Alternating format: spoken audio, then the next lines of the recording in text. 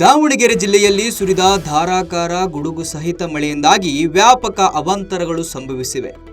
ಸಮರ್ಪಕ ಚರಂಡಿ ವ್ಯವಸ್ಥೆ ಇರದ ಹಿನ್ನೆಲೆಯಲ್ಲಿ ರಸ್ತೆಗಳು ಜಲಾವೃತಗೊಂಡಿದೆ. ಬಿ ರಸ್ತೆ ಬಳಿಯ ಶಂಕರ್ ಲೇಔಟ್, ಬಿಎಸ್ಎನ್ಎಲ್ ಕಚೇರಿಯ ಹಿಂಭಾಗದಲ್ಲಿ ರಸ್ತೆಗಳು ಜಲಾವೃತಗೊಂಡಿದ್ದು, ದಾವಣಗೆರೆ ಮಹಾನಗರ ಪಾಲಿಕೆ ಅಧಿಕಾರಿಗಳಿಗೆ ಸ್ಥಳೀಯರು ಹಿಡಿಶಾಪ ಹಾಕ್ತಿದ್ದಾರೆ. ರಾಜ್ಯದಲ್ಲಿ ಇನ್ನು 3 ದಿನ ಭಾರೀ ಮಳೆ ಗಾಳಿ ಮುಂದುವರಿಯಲಿದೆ ಎಂದು ಹವಾಮಾನ ಇಲಾಖೆ ಮುನ್ಸೂಚನೆ ನೀಡಿದೆ.